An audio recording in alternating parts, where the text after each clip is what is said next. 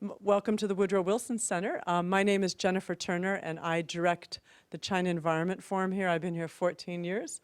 Our project is now 16, and my line for the year is that we're going to be rebels this year because we're 16.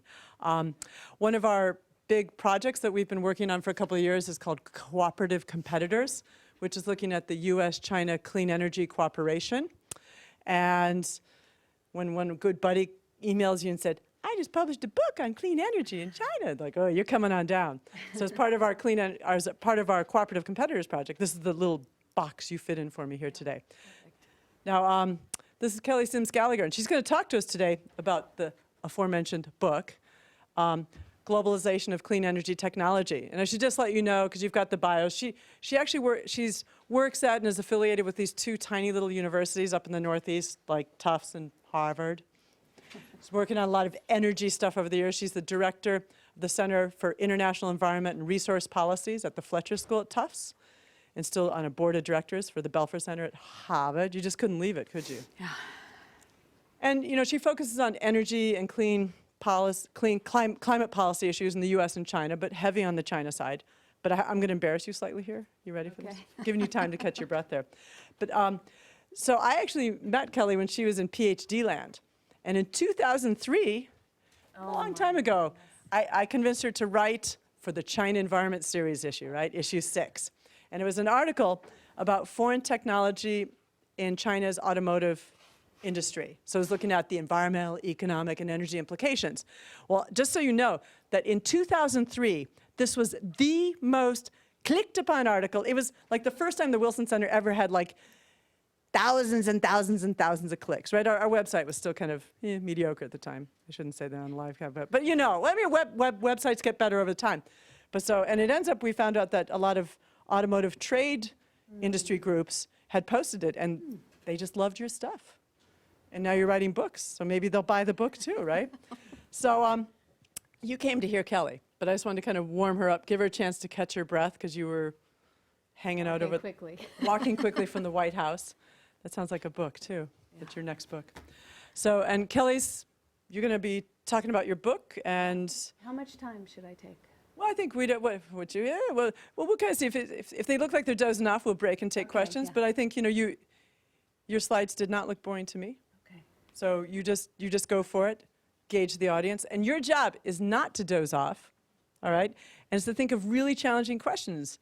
And we may come to, if you want to interrupt her, we may come to that point, but maybe not. All right? But we are webcasting, so if you interrupt, if you don't get the mic, no one will hear you. All right, Kelly. Okay. Can we give a round of applause for Kelly here? She just wrote a book. Well, thank you very much, Jennifer. It's really fun to be here and to see a lot of friendly faces around the room, and also, of course, new faces. I'm just going to dive right in and talk about my book. I'm going to go fairly quickly through a lot of material, and with the hopes of sort of piquing your interest, and then hopefully we can come back and have discussion during the Q&A. I know there's a lot of experts in the room. And I should note that for people on webcast and for all of you for later, that the PowerPoint is PDF'd on our website, okay? So you don't have to like try to copy everything down. Okay, so the motivations for this book, I'll just go through very quickly, just so people know the assumptions I was making going into the book. I was really interested in what were the barriers and incentives for the cross-border movement of cleaner energy technologies. So the first part of that motivation then is why clean energy, and then the second part is why do we care about how these technologies move across borders and diffuse around the world. So why clean energy? From my point of view, global climate change, job creation. I think in China, resource efficiency is a really big motivation. Energy and security is a really big motivation in China, maybe getting less and less so in the United States, but still an important factor. Conventional air pollution, which is still a serious problem in some places in the United States, but it's really at a crisis level in China and has become a pretty big motivation in China for cleaner energy technologies. And then economic competitiveness. And we hear both President Obama talk a lot about the race for the future, the race for clean energy. But certainly I think that the Chinese also recognize that there's a lot of economic opportunity in this industry in the coming decades.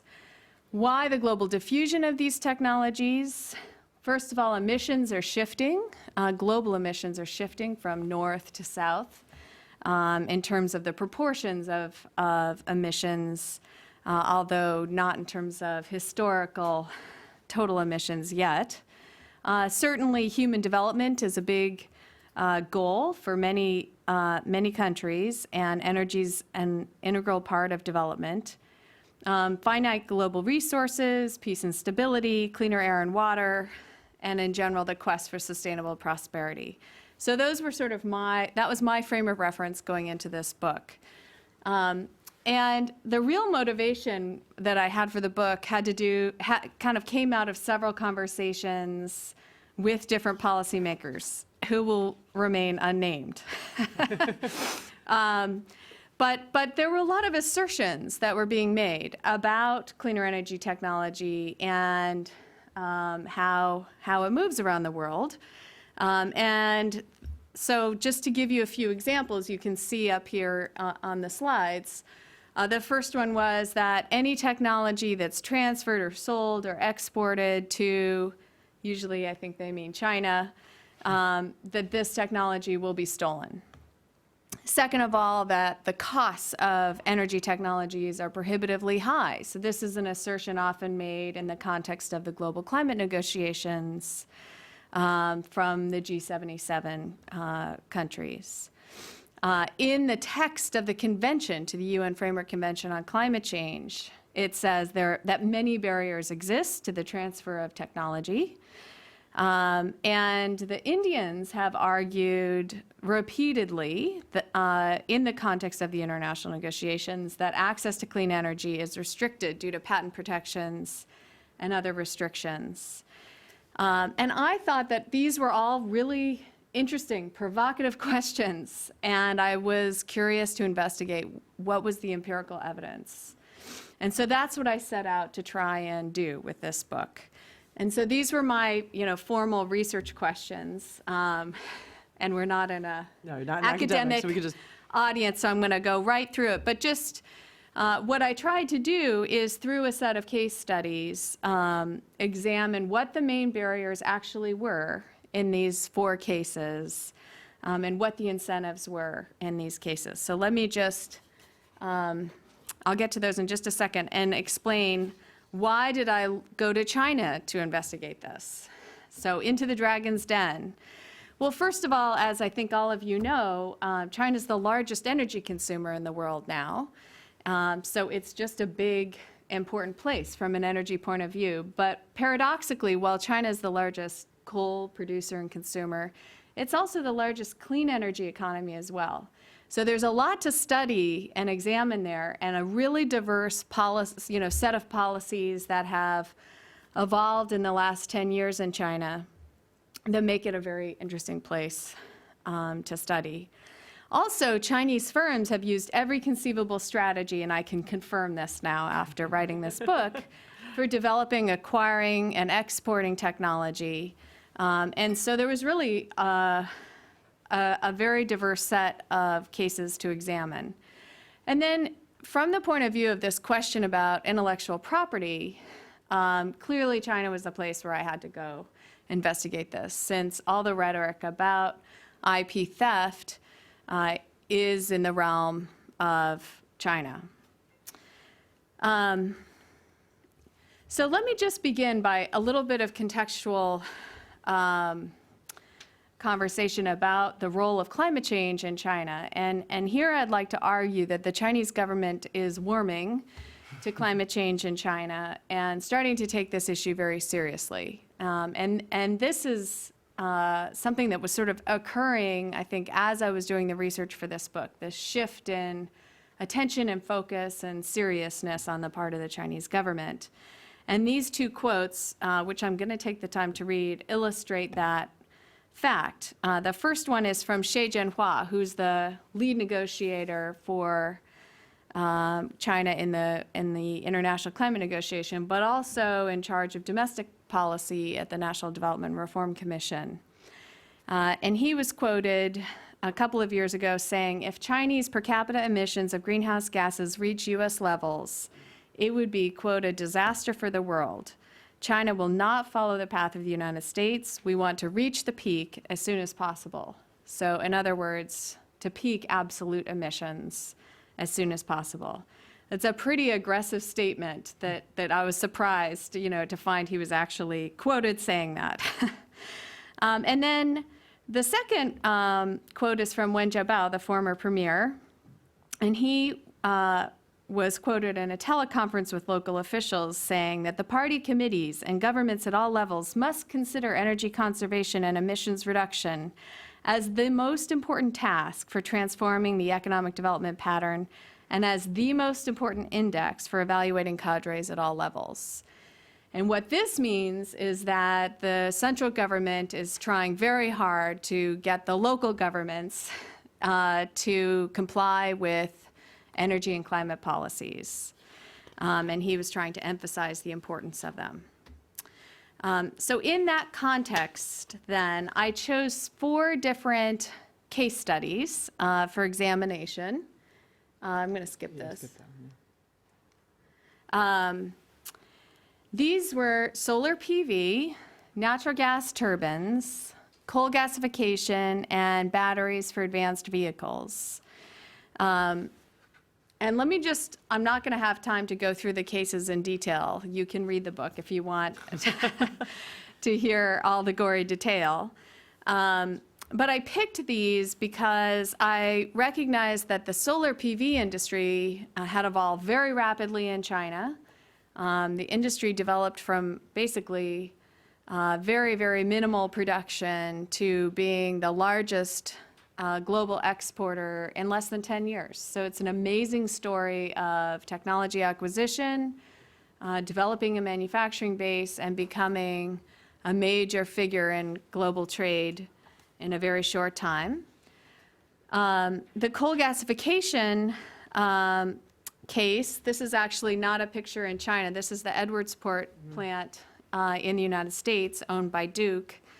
But the coal gasification case, I had worked on coal gasification in the past, and I knew essentially what that story was, which was that the Chinese in the 70s licensed a number of coal gasifiers from foreign producers, Shell, Lurgi, Texaco, and those gasifiers, once they got to China, didn't work. And so there was very poor after-sales service. And the Chinese had to go figure out, why did the gasifiers not work?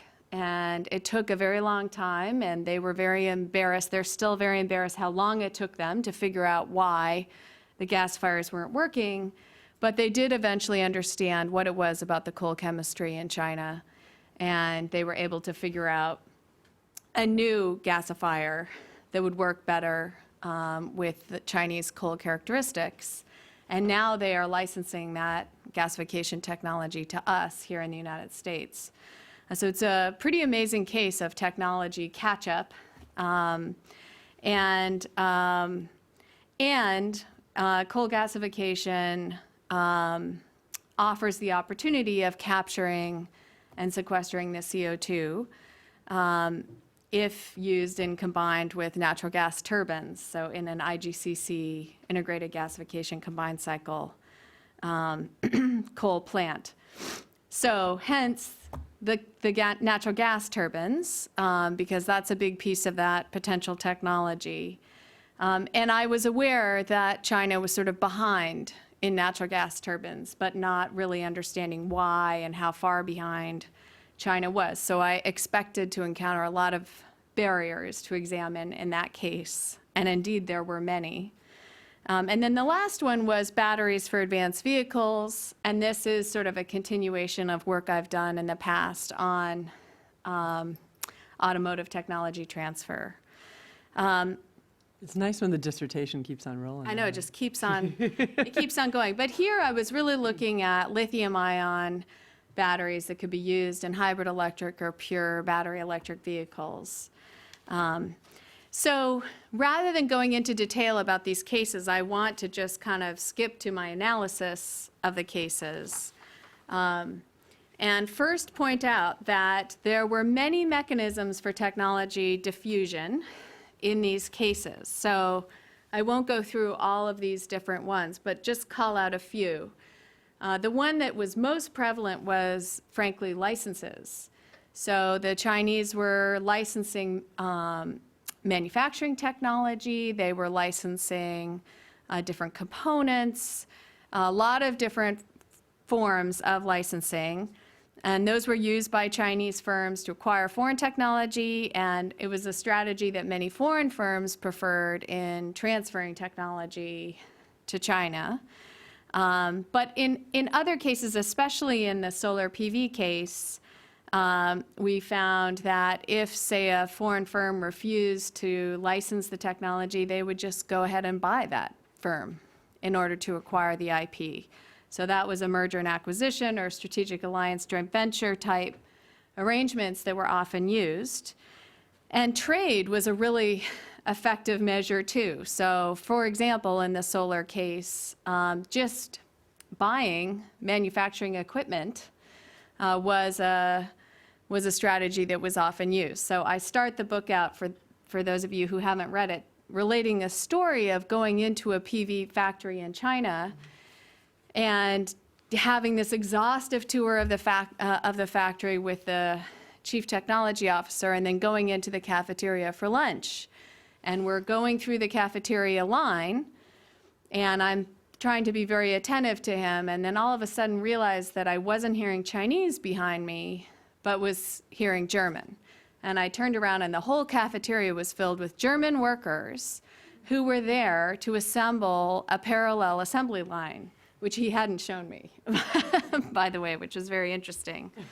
But that was a big moment for me because I realized, you know, how global their strategy was for technology acquisition. And they'd not only bought this manufacturing equipment, but they'd hired these German consultants to come and assemble the line for them so as to get it done as quickly as possible. I also found that migration of people for work and education was extremely powerful. So again, in the solar case, we found that many of the leaders, upper leadership in these solar PV firms were educated overseas or were foreign workers and were just being hired to come into China and work. And I think that was very important in terms of having a really global perspective on where technology was and where markets were. So very important in the solar case, and I think now also in the coal gasification case. So the last point I want to make about this slide is the very bottom point here, which is that the mechanisms that are in the domain of the government are really pretty small compared to all of these other mechanisms. So that's not to say that the government-to-government collaborations haven't been important and useful. I think they really have, actually, in sort of informing technology strategies and technology policy. But the great majority of the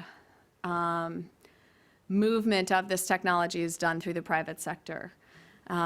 And that was my main point I wanted to make there.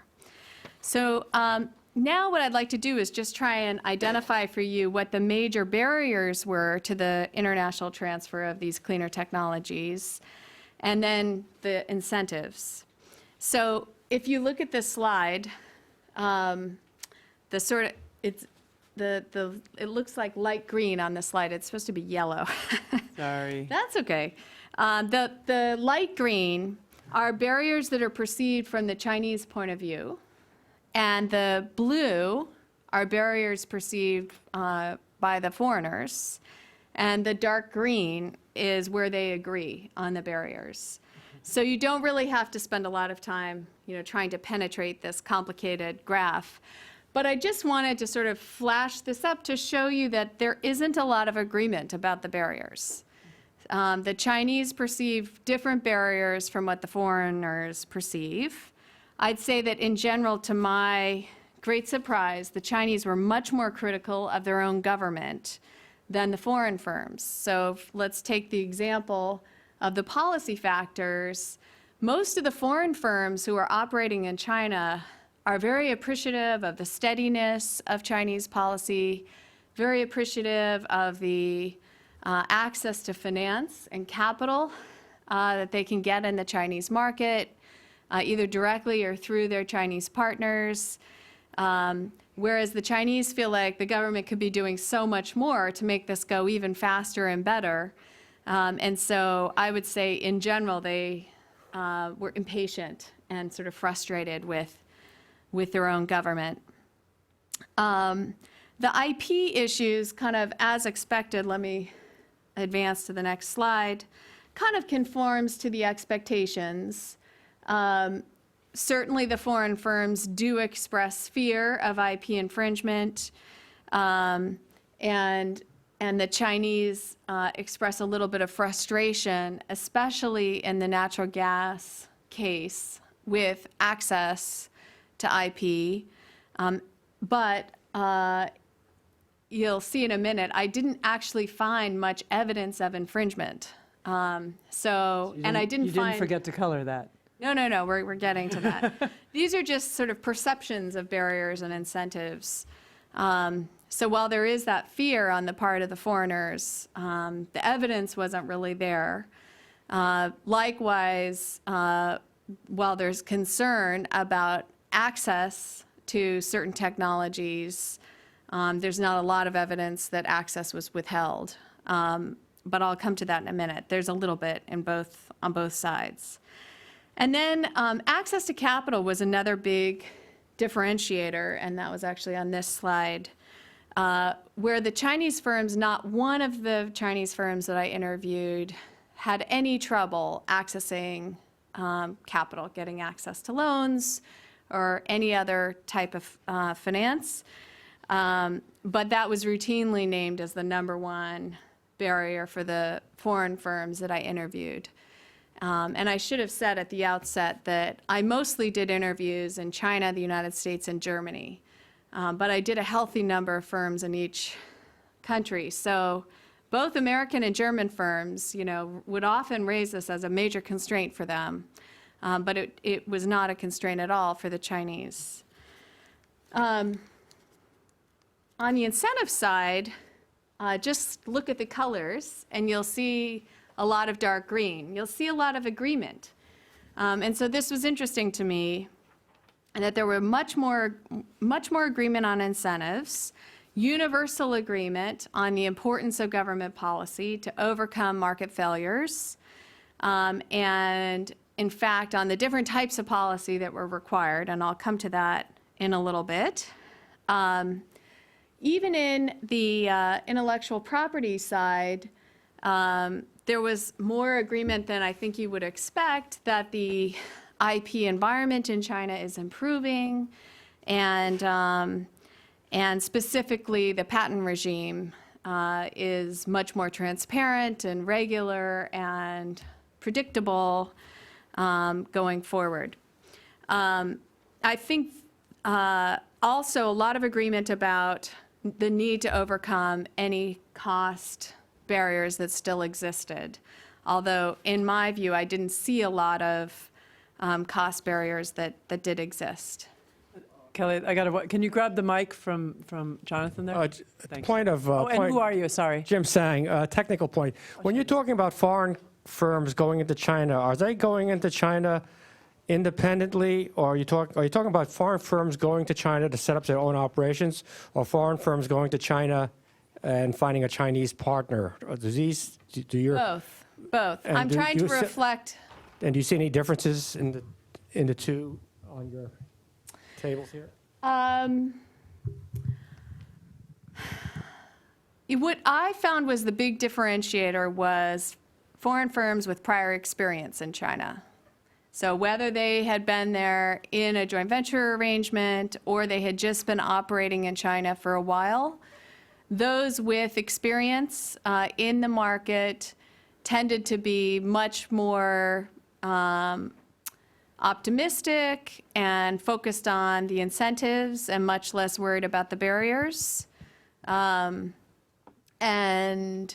much less concerned about IP. And those firms that did not have much prior experience perceived many more barriers and concerns. So I think there's lots of different ways for firms, to engage in the Chinese market. And I think I saw every variety. Okay. So just to summarize the main barriers and incentives, the most important barriers were cost, lack of policy, and insufficient access to finance, and the best incentives were market formation policies and the provision of affordable finance.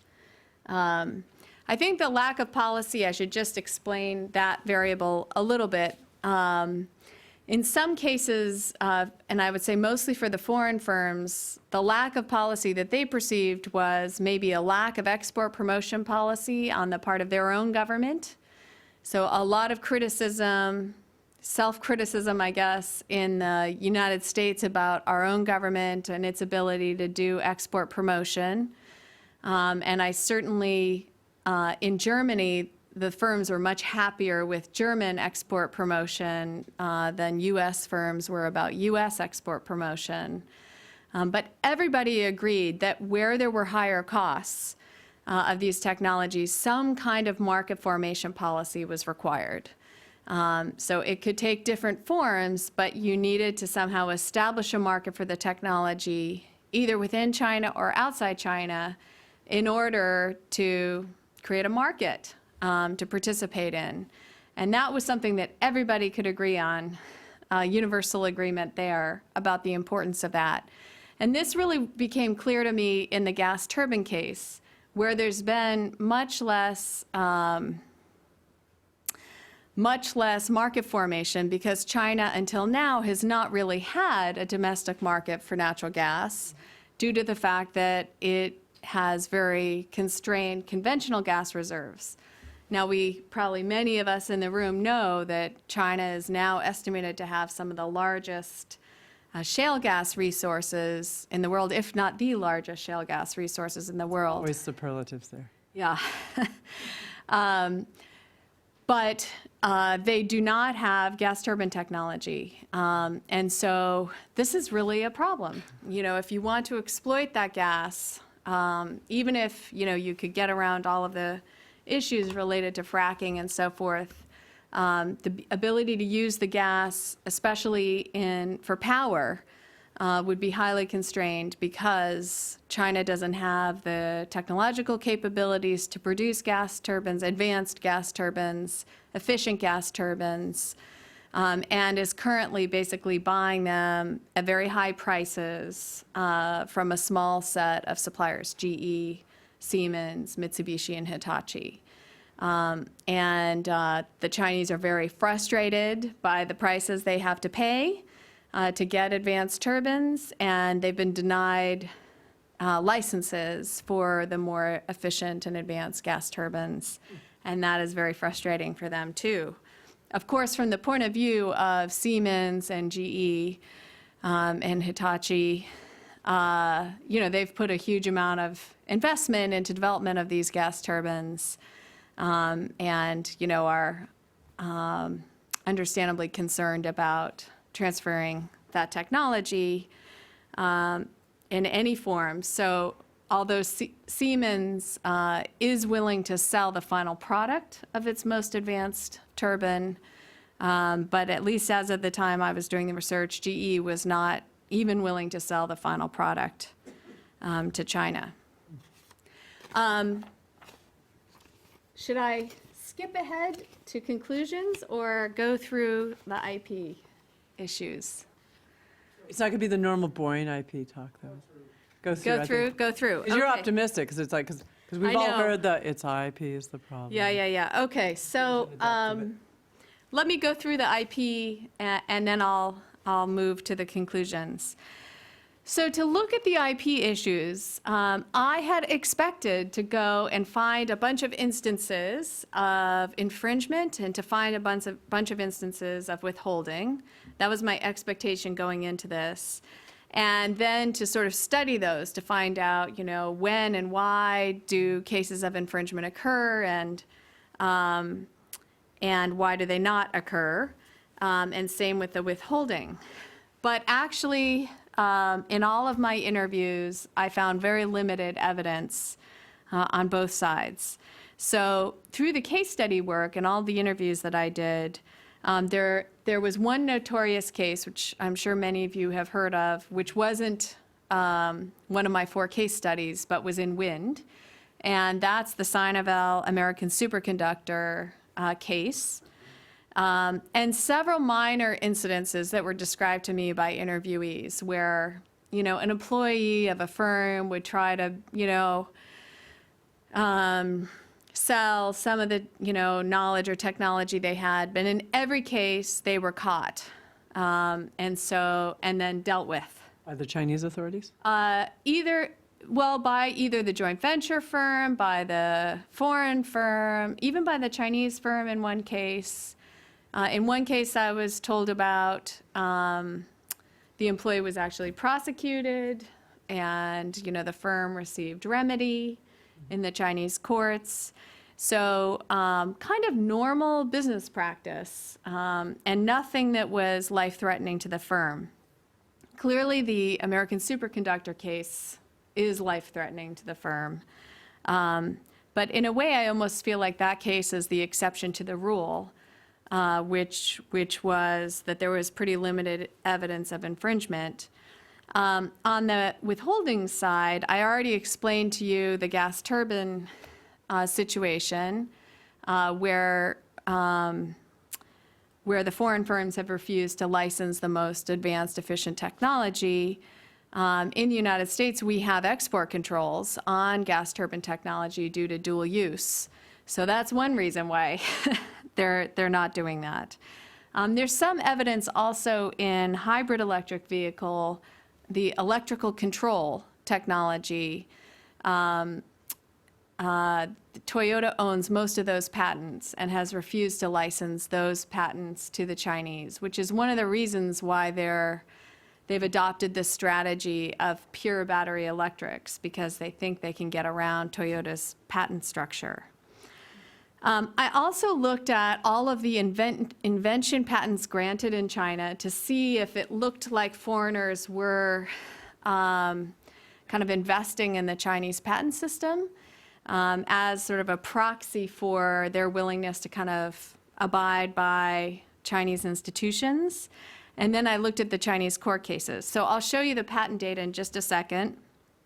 But just to summarize the court cases, in fact, there were no court cases of Chinese versus foreign firms in IP infringement in clean energy, aside from the American superconductor case.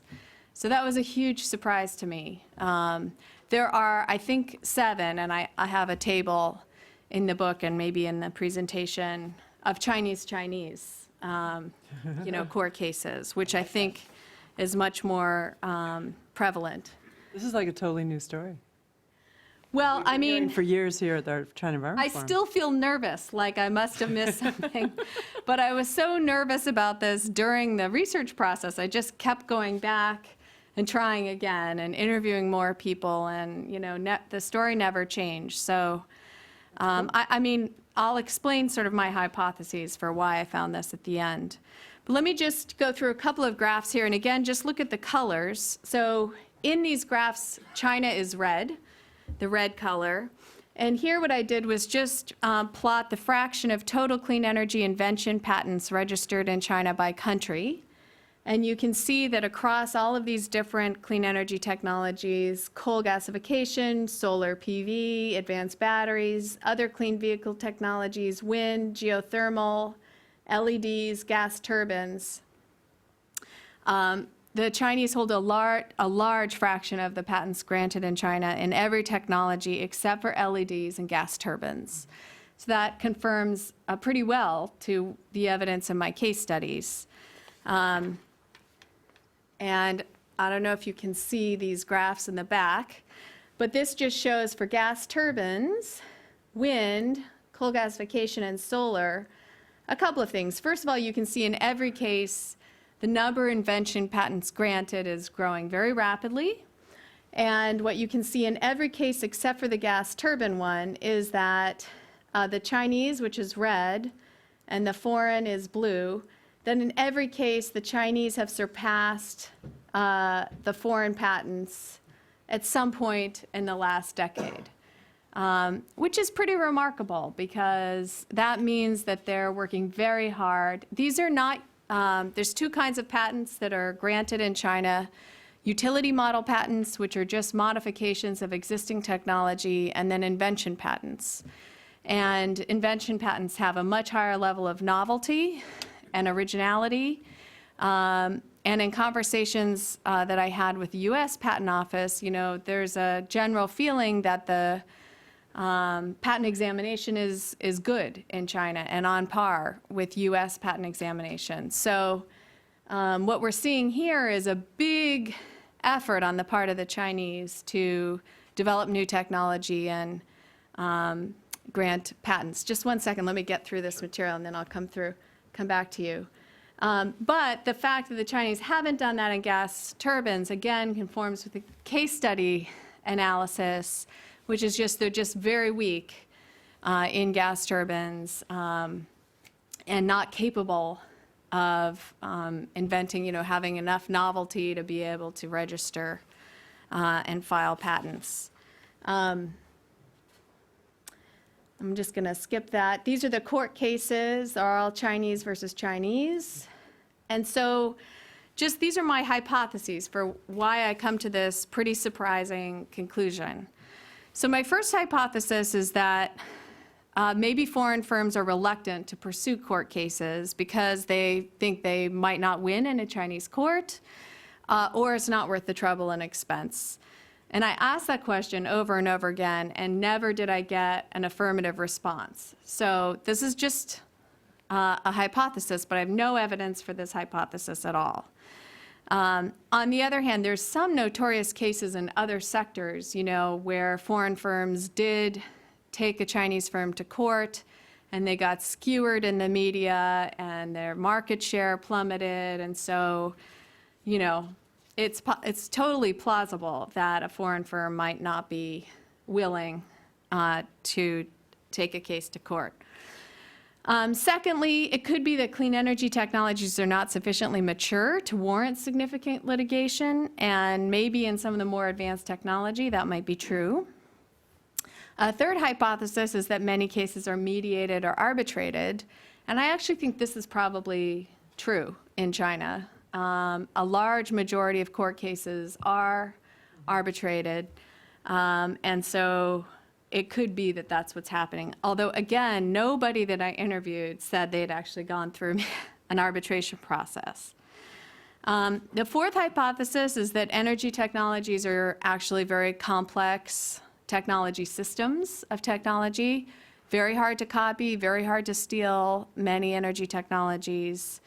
And so maybe that's why this hasn't happened more. And the fifth hypothesis is that the Chinese capabilities are already strong and they want to protect their IP. And I think that's definitely the case in coal gasification. PV, a lot of the technologies are off patent anyway. So I don't think that that's so true in that case. And I think in the batteries case, I think the Chinese are really striving still in advanced batteries and not quite able, they're certainly not at the same level as foreign companies, but they want to get there. And I think whatever IP they're gaining, they do want to protect it. Let me come to you. Get the mic first, sorry. Say who you are. Yeah, Jim Hurd, Green Science Exchange. Did you look at the size of awards that have been made in any intellectual property cases for technology in China? Because my quick take is that the size of the awards have been so minuscule that you only go if you're absolutely desperate or if it's a really large case. So that's, I was wondering if you would, there probably aren't too many examples of IP awards in energy, but if you look in other technology sectors, the size of the awards, and also whether they actually were able to collect once they got the award, those were too quick. So only one firm I interviewed had actually taken a case to court, and it was a firm that had a lot of different sectors within the, was operating in a number of businesses. So this was not an energy technology, but it was another technology. And this firm did take the case to court, and they did win, and they did obtain full remedy. The size of the award they didn't disclose to me, but they were very happy, with this whole process, because to them it was really confidence building that actually the court system could work for them. I hear sometimes it's $10,000 award. Yeah. I mean, I think that's, from what I understand, that's one of the reasons why everything goes into arbitration, or much goes into arbitration, because it's less expensive, the awards are going to be small anyway, it's just easier to arbitrate. I really think the energy sector is different from a lot of the other sectors. So, I'm not trying to say here that there's no IP infringement in China. I think there's a lot. But this sector does seem to be a little bit different, and that's really the point I'm trying to make.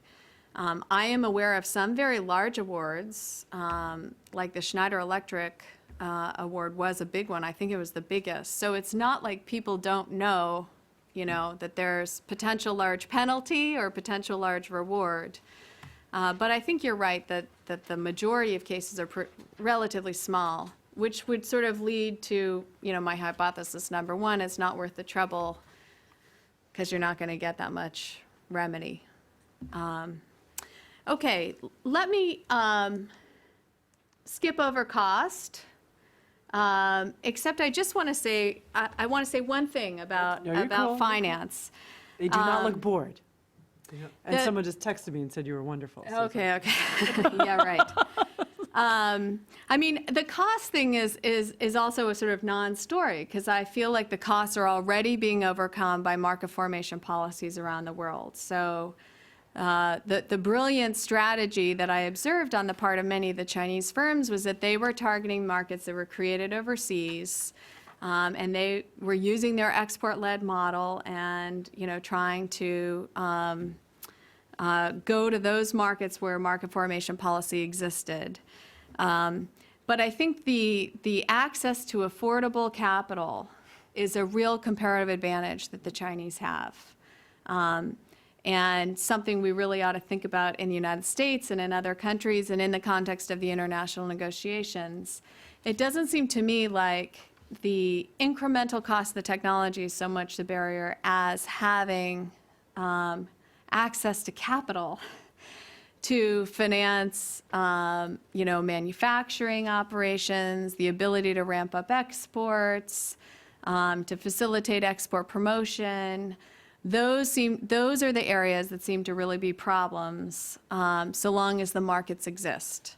And so if the market is there, firms are trying to meet that market, but in many cases they need some capital to do that. And I was quite surprised to find out that many of the foreign firms who were going into the Chinese market were going in not so much because they were hoping to sell in the Chinese market, but because they wanted access to Chinese capital, access to Chinese banks, or capital through their partners.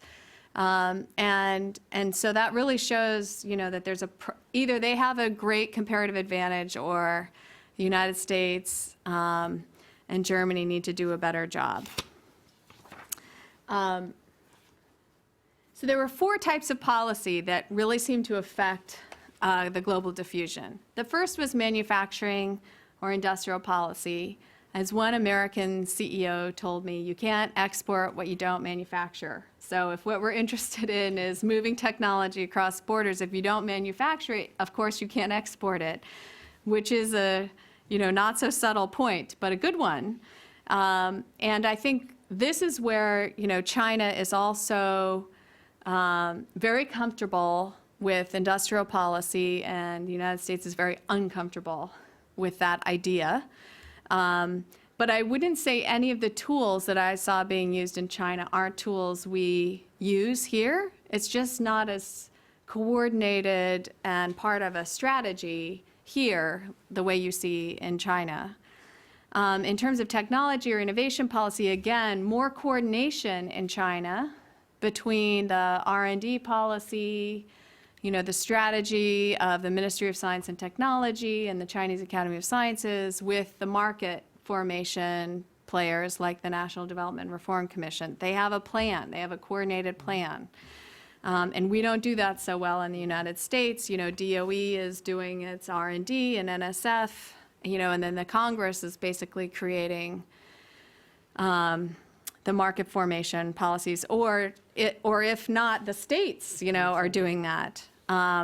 Export promotion policy, clearly the Chinese are very good at that, and I think the Germans are too.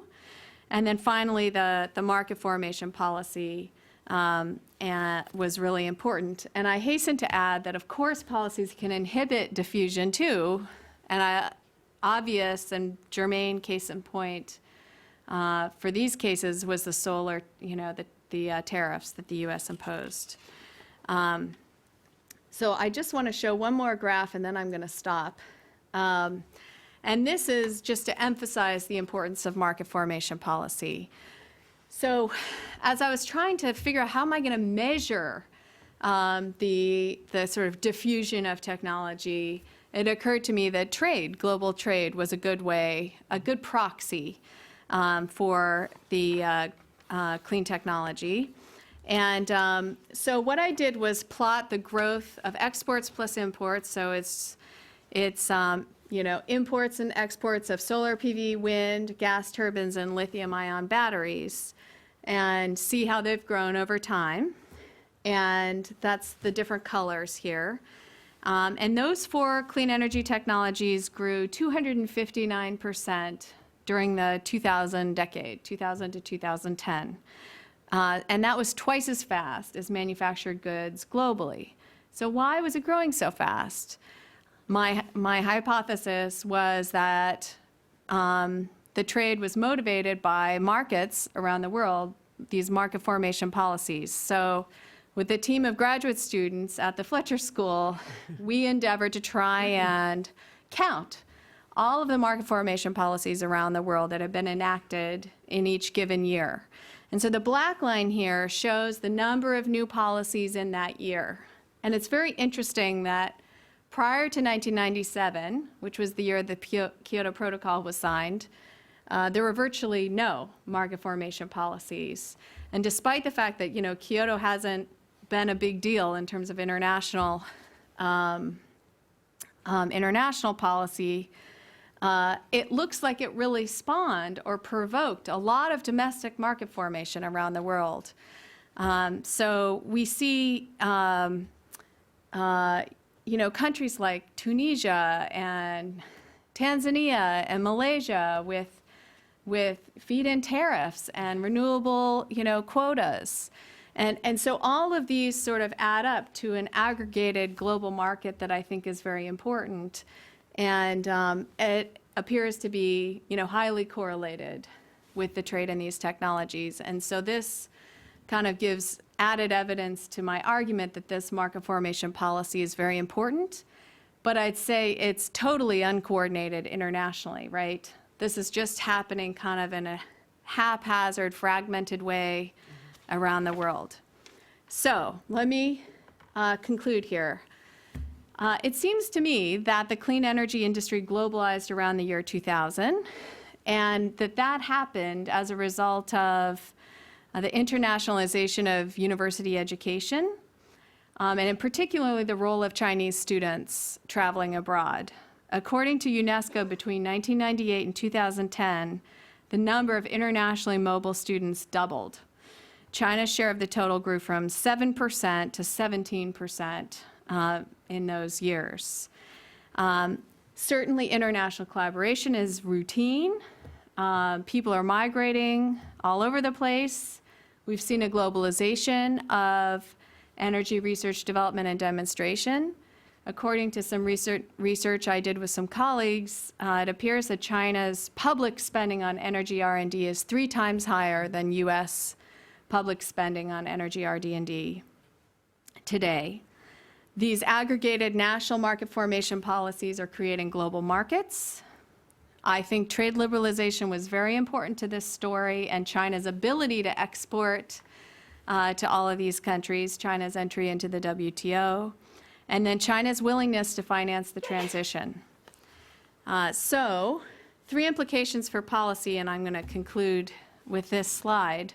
The first is that market formation policy is essential. It corrects these market failures, which are pervasive in this space. It creates investment certainty. All of these, Chinese PV firms would never have established themselves if they hadn't seen these foreign markets that they wanted to take advantage of.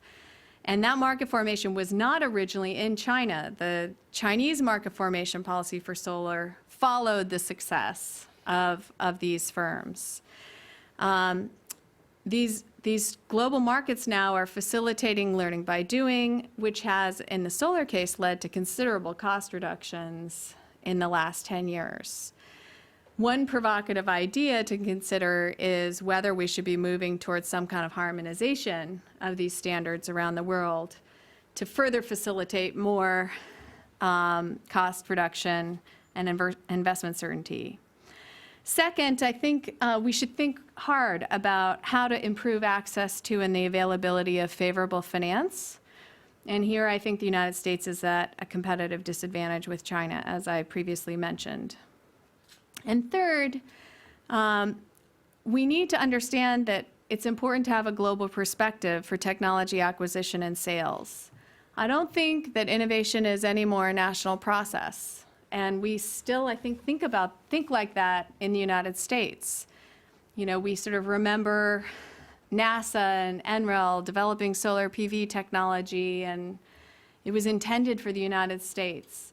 But I think that's no longer the case, because many countries are generating intellectual property.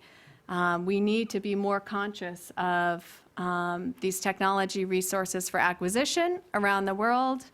And we also need to be more conscious of foreign markets and to be more strategic in leveraging those foreign markets. And so with that, let me stop and take questions. Lots of food for Comments, fodder there. yeah. Okay, but before you ask questions, applause again. I'm going to make you do this a few times. Right, I mean, I do want to say that, because again, back, when was that? 2003, when you came here? 11 years ago. Because she came and talked about her dissertation, too, because it was such a rockin' dissertation.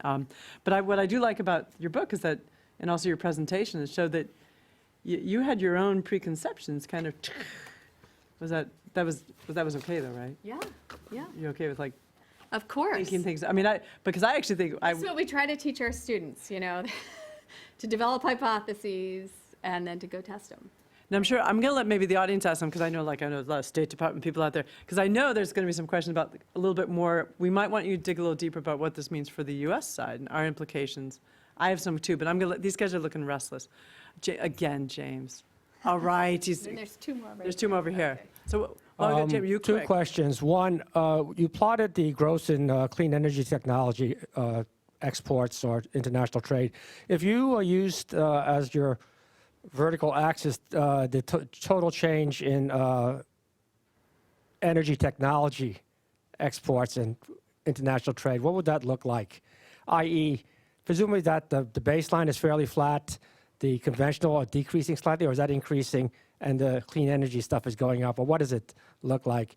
And the second one is on patent infringement in China. What fraction of U.S. companies get a Chinese patent on their patents? When I was working, my patents, most of them all were filed in the United States. Most of them were filed in Europe. Some of them, about half of them were filed in Japan. but we never filed in China. To what extent do companies now file in China?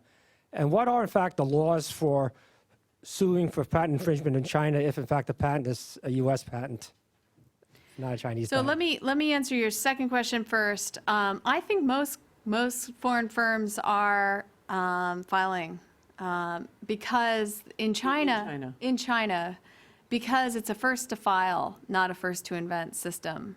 So if you fail to file for a patent, you're in big trouble, in the case that you do have infringement. So I think, all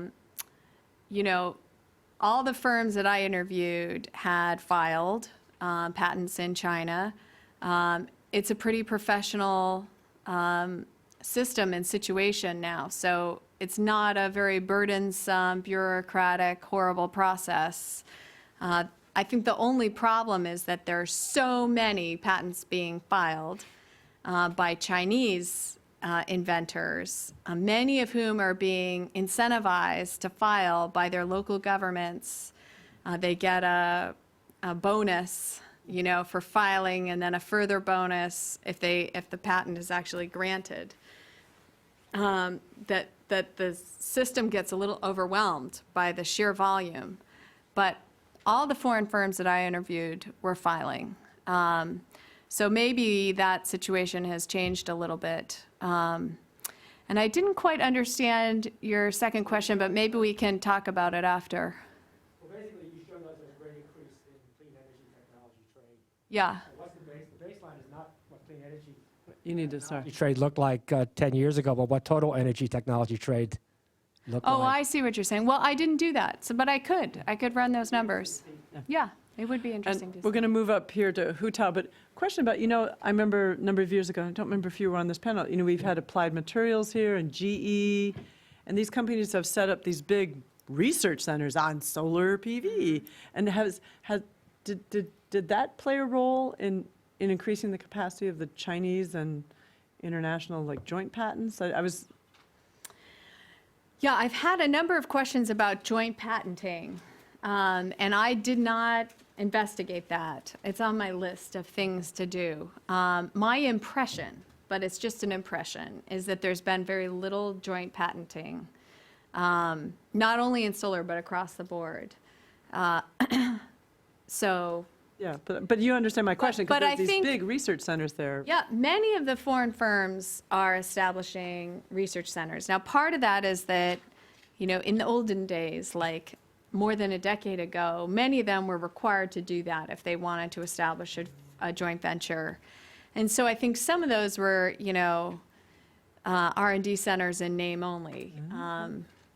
Some of you may remember from my first book, I talk about a story of going through Beijing Jeep's R&D lab, and everybody just seeming like they had nothing to do, More than 100 people, I can't remember, it was like 150 people. And indeed, I said, nobody seems to be working, is everyone on break or what's going on? And they said, oh, we're not allowed to actually do anything. And so, but I think that is not happening so much anymore. And I think more and more foreign firms want to take advantage of the science and engineering know-how, and they want to be close to market. So the more market they perceive in China, the more likely I think they are to invest. So I think, GE has a very serious R&D center I've been to a number of times. GM also does too. So, I think we're moving very much in that direction. And these are seen as, crucial components of international R&D strategy for multinational firms. Hu Tao. And so we'll say who you are. I know who you are. Yeah. Hu Tao from WWF. Thank you very much, Kelly, for your excellent presentation. I have one comment and one question. My comment is, earlier you analyzed the barriers and the incentives for Chinese companies and foreign companies. I think beside China and the foreign company, the two angles, the third angle could be global perspective. Look at UNFCCC is encouraging the technology transfer for reduced greenhouse gas emission. The more technology being transferred, the better for climate, right? And another side, in the WTO and in WIPO, either TRIPS or WIPO, that actually has existing regulations to regulate IP patent protection period for 20 years roughly. So that actually constrains the technology diffusion globally, not only the climate, not only the clean technology, for all technologies. Those is also the barriers and the incentives from my view. That's my comment. My question is, can you explain more why China, you mentioned a capital market, even for, it's a US disadvantage. I don't understand. Even for US, see currently the interest rate is very, very low, 25 point. But for China's interest rate is high. Even China subsidized the interest rate, still higher than the market interest rate here. Why US is become a kind of disadvantage? I don't understand. Thank you very much. Okay, great question. Just on your comment, I think in theory, the UNFCCC technology transfer provisions, the technology mechanism, technology executive, whatever it is, committee, the tech, that's exactly what's supposed to be happening. But I don't think that there's any evidence yet that these mechanisms are working to facilitate this technology transfer. That was sort of the point of my mechanism slide, that in fact, almost all, I want to even say all of the technology that's actually moving is moving through private sector channels. But I think that's a good news story. I mean, it shows that if the market formation has been done at the domestic level, that we don't necessarily need some kind of, formal mechanism, that actually technology will move in response to these market forces, and that's a great thing. The question is it moving everywhere it needs to go? Do the markets exist in the places, where the technology is most needed? I think the clean development mechanism, which, many people called the China development mechanism, probably wasn't needed for China, right? But it was an added bonus. It certainly facilitated and helped more technology transfer occur. But I think there was probably a lot already happening. On the TRIPS and WIPO point, I expected that to come up a lot in my interviews, and it never did. So I have a discussion about it in my book, for completeness purposes. But just from the point of view of interviewees, it just didn't seem to be a factor. Where there's been withholding, I think that's a very specific, very specific. So in the gas turbine case, export controls. In the hybrid electric vehicle case, one company owns all these patents because they were such a first mover. So it doesn't seem to me like in practice that's proving to be a significant barrier. On the finance and interest rates, I hear what you're saying. I mean, I just couldn't believe it. But here's what I think is going on. In China, let's just take a hypothetical solar PV firm is established in a certain province. And the province may or may not actually formally invest, but they might, announce that they're supportive of this company in some fashion, or the mayor will give a speech, and that seems to unlock a lot of capital for that firm. And so I call this like snowballs rolling down a hill in the book.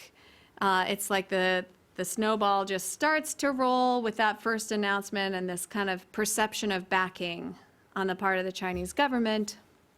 And it just picks up more and more snow as it rolls down the hill.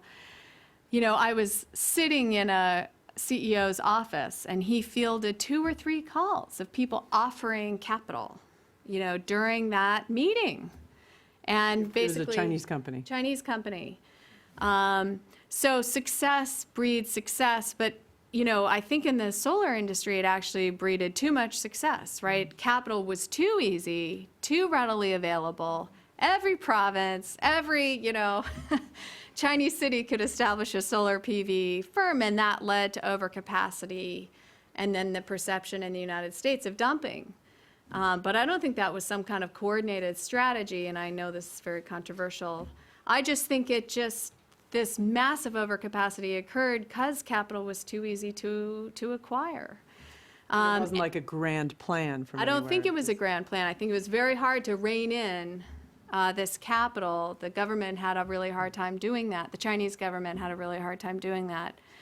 And we just don't have that phenomenon in the United States. And I think it was, especially at the time I was doing the research, post-financial crisis, it was hard to get loans from banks in the United States. I don't know how much that has eased up, but I still think it's a challenge. But just kind of riding that a little bit, and then I could get you next. With the Chinese companies coming, there seems to be some barriers that there are more Chinese companies interested, like in investing in the United States, and because we've talked a little bit more about the U.S. companies or international companies going to China and setting up shop. Yeah. Did that come up in your conversations with people about the FDI barriers, which there aren't as many as... More in conversations with Chinese government officials where, it's clearly true that it's hard for Chinese firms to invest in the United States due to our CFIUS procedures. And there's now quite a track record of us denying their ability to invest. And I think it's an irritant in U.S.-China relations. Yeah. No Okay. question. All right, we'll go here quickly and then here. So we'll go 1, 2, 3. Yeah, hi. There's a And very... we'll keep our comments short, so we'll Yeah. kind of move around the room. There's a very specific reason why people believe that China has a huge advantage right now over the U.S. in regard to the fact that if you look at the case of when China gave $5 billion each to each of the top 5 Chinese solar firms, there was no real expectation that any of that money would get paid back. At least that's the perception. And 60 Minutes did a piece January 7th, saying, why is the U.S. wasting all this money, taxpayer money on clean tech? So the point is we had a huge investment of venture capital spending in 2006 to 2008. Then we had this huge stimulus spending, some people speculate between $100 to $150 billion in 08 to 2011. Now we're getting the pushback, well, what did we get for that? And blaming people about Solyndra. And Solyndra went under because of that $25 billion being given to those 5 solar companies, and it drove the price down. So there is, if you look at the Beijing consensus, the ability for China to give loans to clean tech in certain cases that are not commercially viable loans is a fundamental problem, and I wonder what's your experience about that? Well, there's a lot packed into your question. I'm not sure I agree with all of the premises in your question, but let me try and answer the essence of it. I mean, I don't think actually that there was, I was not able to uncover a formal government financing strategy in China, like our stimulus package for these clean tech firms. So whether there is or not remains unclear to me. I really do think that a relatively small amount of money unlocked a lot of money. And in fact, a lot of the U.S. venture capital money was going to Chinese firms. I mean, this was sort of one of the ironies here, is that it wasn't going to U.S. firms, it was going to the Chinese firms because they were viewed as really being very successful. Our loan guarantee program was viewed, I think, by U.S. firms as very cumbersome, very bureaucratic, and expensive to participate in. So, some of the battery firms, for example, that I was looking at and interviewing were really struggling, with the loan guarantee program and the stimulus programs. So, like it or not, the Chinese had an ability to kind of grease the wheels in a way that we did not apparently do in our U.S. stimulus package. And I think that's interesting. And I think it shows the power of doing that. It would not have worked if there weren't all these, countries around the world who were, in fact, creating the market formation policies. There had to be markets to export to. The Chinese were very savvy at recognizing these markets around the world and being ready to pounce on them. One other point I just want to make is that specifically in solar PV, I don't think that the cost reduction should be entirely attributed to finance. It seems to me like there were a lot of gains that were made through automation. So I should say not labor, which I expected. I expected that to be a major source of cost reduction, but there's no labor in the factories. They're almost totally automated.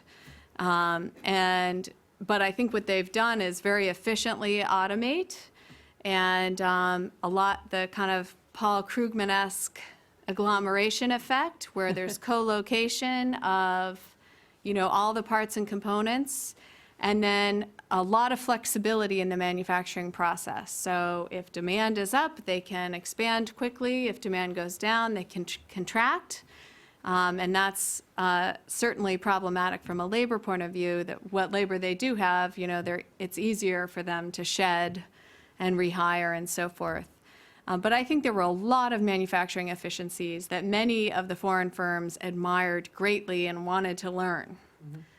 And Shi Jingrong, who was the CEO of Suntech, made me laugh in one of my interviews with him, because he told me his strategy was just somehow to achieve a third reduction in costs. And I said, well, what was your plan? I don't know. I just knew I could do it. The Chinese are very frugal. That's my motto, frugality. And he did. He achieved it. So I think, exactly how is not so clear to me. I do think finance was part of it, but I don't think that's the whole story. Eco-entrepreneurs there. Okay, we got a question here. Yeah, your immediate reference to Greece, not the country, but the oil. Yeah. And your previous reference to all this money sloshing around. Where do these industries stand in the China corruption derby? Either making deals with the princelings and their families, or with the local apparatchiks and officials? Great question that I don't know how to answer, concretely. When I made a list at the end of this research project of future research projects, that was one of them, was to try and understand where exactly did the money come from, what were the channels, so it's hard for me to answer clearly. But then a lot in the solar PV firm, I mean, they've let a lot of these just kind of disappear. My understanding is 50% have gone bankrupt. Yeah, and so it's. But I think the answer to your question is mostly that it was local government funding. So not so much the big central government, big financial grants or loans, but rather that the local governments who were so eager to create jobs and local industry, they were the ones, I think, who were doing most of the investment. And so, probably there's considerable amount of corruption, but But is that necessarily corruption? not necessarily. I mean, local state ownership is very common in China, and so it's very hard to tell. Okay, so we had a question over here. If you could say who you are and. Sure. My name is Laura Schwartz. I'm from the National Bureau of Asian Research. I had a question about the slide that you had with the summaries of barriers and incentives after you had those cool charts with the colors.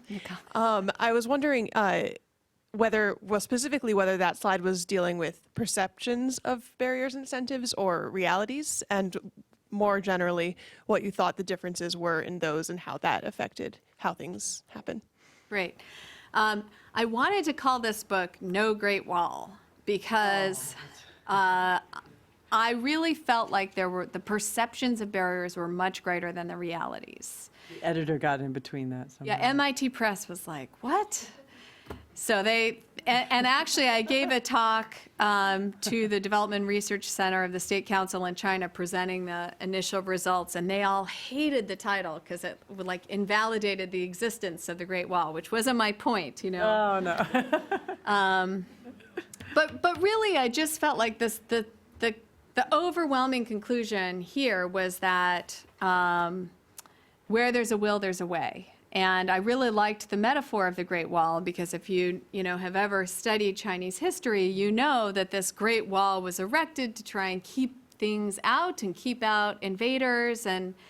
But the wall was only as good as its sentries. And so if you could, bribe one of the sentries, you could get over the wall. Or if you found a crack, you could break it down and get through or dig a tunnel underneath it. And so there were a lot of ways to get around or through or over the wall. And I think what we've found through trade and investment and the migration of people for work and education is that wall has been completely dismantled. And while there may be these sort of pesky trade frictions and other barriers, I think people are finding ways around them. So I would say that the actual barriers are really just lack of incentives. I mean, if I had to kind of condense to one single story. Okay, right here up front, and then we'll go to you. This side of the table's been incredibly quiet, so.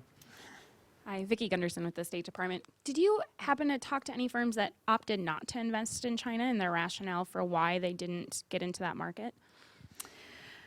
I did talk to a couple, and they were, and this may have just been accidental, smaller firms without that prior experience in China. And I think that if you're a firm that has not ever operated in China, it is a really scary place. I know this is something that the Obama administration's been working on, and its export promotion initiatives for clean energy is to, do trade missions and sort of get people introduced and familiar with China. But mostly I was talking with people who were there to kind of understand what actual barriers they were experiencing. You talked to predominantly companies, not these, like some U.S. states have offices in China trying to encourage. Yeah, no, I was primarily interviewing companies. All right, so just so you know, Yes. I promised him and then you. Sorry, my finger pointing is really bad. So this gentleman right here, and you hold on the mic, because there's another one. You're eager. This is Qihang Zheng from Xinhua News Agency. Thank you, Kenny, for your wonderful research and speech. I just have major two questions. The first question is about that you said that now for those gas turbine, the technology is still in the Western countries, like in big companies like GE and Siemens. And Siemens have agreed to sell its product to China, and GE still didn't want to sell it. So my question is, according to research, what's the major reasons that stop those big companies to sell this advanced technology to China? Because now China is also, a lot of local government want to invest in the shale gas. Mm-hmm. But if they do not have such kind of turbine, how can they get out? Because we also know the geographic situation in China is even difficult than in the US. So maybe the cost to get the gas out is more expensive. My second question is the thing you said that now a lot of U.S. companies go to China. They do not want to sell their products there. They just want to get investment from China because China maybe have better, more easy to get investment for this new energy technologies. And you have just give us a vivid example that even when you talk with some managers, they can get calls to have easy money. So my question is that do you have data support for your conclusions that the China's now is easier to get investment than the U.S.? And can you introduce that why how many according to U.S. companies, have come to China to get the Chinese money for their investment for their sale in the U.S. Yeah, and maybe the last question is about some basic is about how long have you do your research last, and how many Chinese and U.S. companies have you interviewed? Thank you very much. Okay. I did the research. The last one's easy. Over 3 years. It took me too long. Okay, you're doing other things too. I interviewed, well over 100 firms. There's a full list in the back of the book. So if you're interested, you can see who I interviewed, who I talked to. But there's no attribution unless the interviewee agreed. So you'll see a number of quotes where I actually, have the person cited and they agree to be quoted in that case. But otherwise, there's a lot of non-attribution to just protect people's individual interviews. On the data on finance, I don't have, a quantitative number for you. I just have, anecdotal evidence from some of the interviewees that I talked to.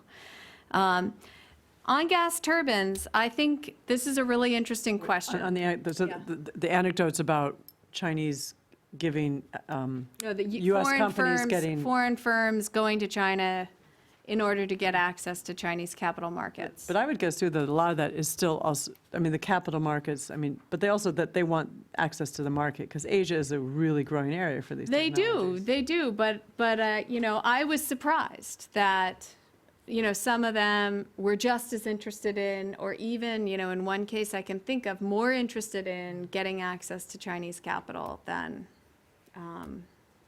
the market. A new trend. You can explore that. You're the journalist. Okay. New research question for you. I think it'd be very hard to get quantitative data on that question. The gas turbine case is really interesting. So I think the fundamental problem is that there has not traditionally been a market for gas in China. And so the government didn't see a need to invest a lot in R&D in gas turbine technology. The firms, didn't see a lot of need to invest. So Shanghai Electric or Harbin Electric, just it wasn't a big focus for them because they weren't going to be selling a lot of gas turbines in the Chinese market.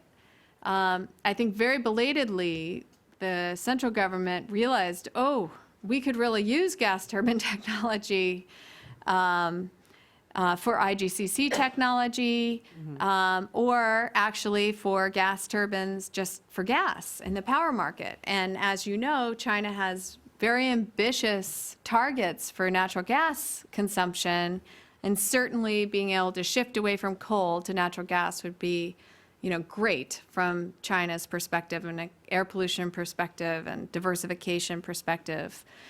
But China's really behind in terms of its technology capability in this area. One of the people I interviewed said, we're not even in nursery school. And this was the chief expert, I think I quote him in the book, the chief expert of the Ministry of Science and Technology's gas turbine program, just frankly acknowledging that they're very, very far behind in terms of technology capabilities. That being said, there's a big new program in the 12th Five-Year Plan to try and develop and improve Chinese capabilities.